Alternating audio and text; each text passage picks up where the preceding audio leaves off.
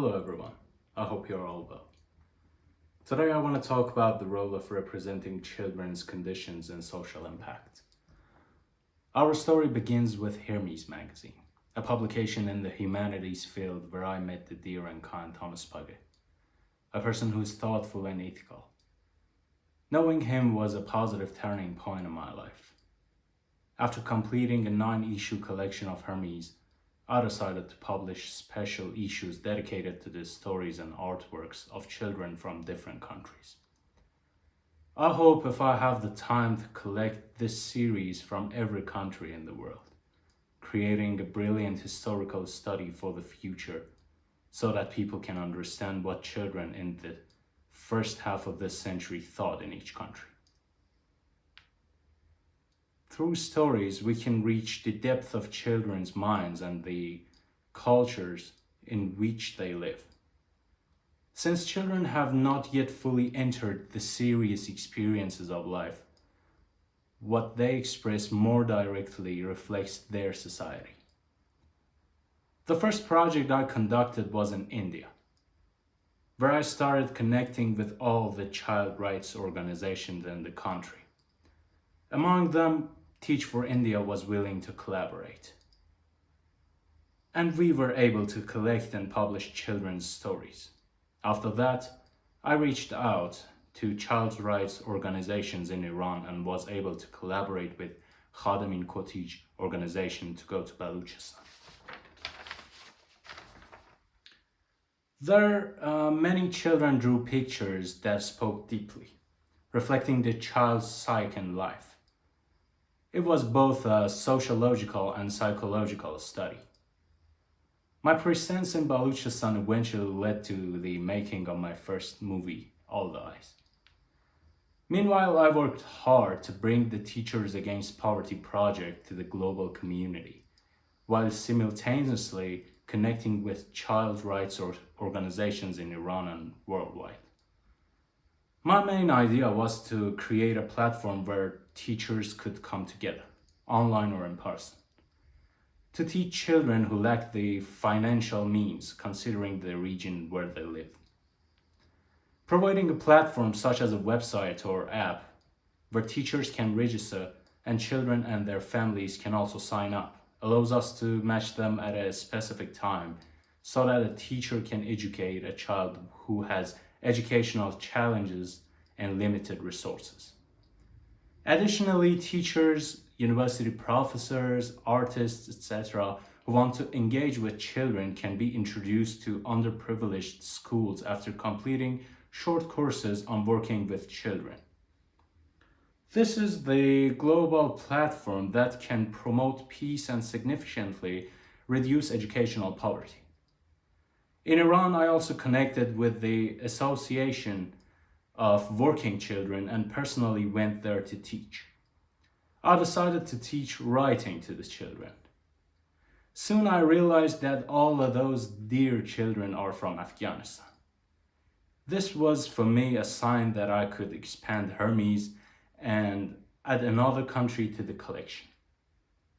Classes were held, and at the end, as always, certificates of appreciation and their artworks were published. I want to give a clear example to illustrate the idea of society reflected in children's works.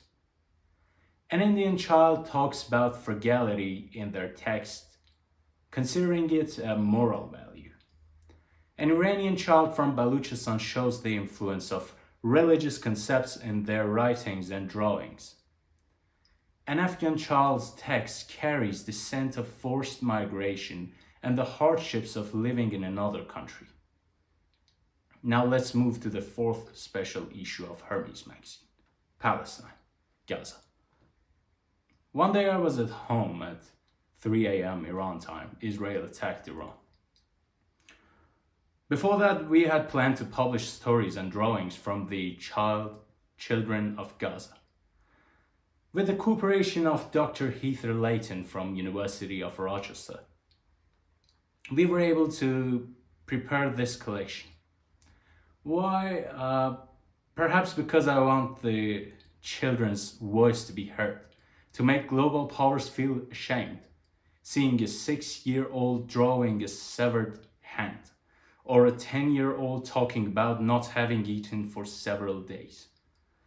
Even in the most pessimistic ethical philosophies, children should never be victims. With the help of this intelligent and great woman, I was able to prepare this collection. For privacy reasons, Heath Layton said the children's names should not appear in the magazine, so I did not include their full names. And the 5th issue.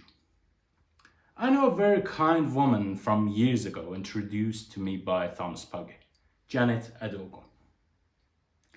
She is the founder of Eagle Rain Initiative in Nigeria and works brilliantly for children with disabilities. This was a major step. Now Teachers Against Poverty was not only active in Asia, but also in Africa. Nigerian children also wrote stories and drew pictures reflecting Nigerian society struggling with poverty in a different way. Now these five issues have been completed. They are planned to be published in Iran and have also been published abroad. Anyone can refer to them and get to know the children, what we were as children and are no longer. If we better understand children, we can create a better world for future generations. One way to understand them is to listen to them directly.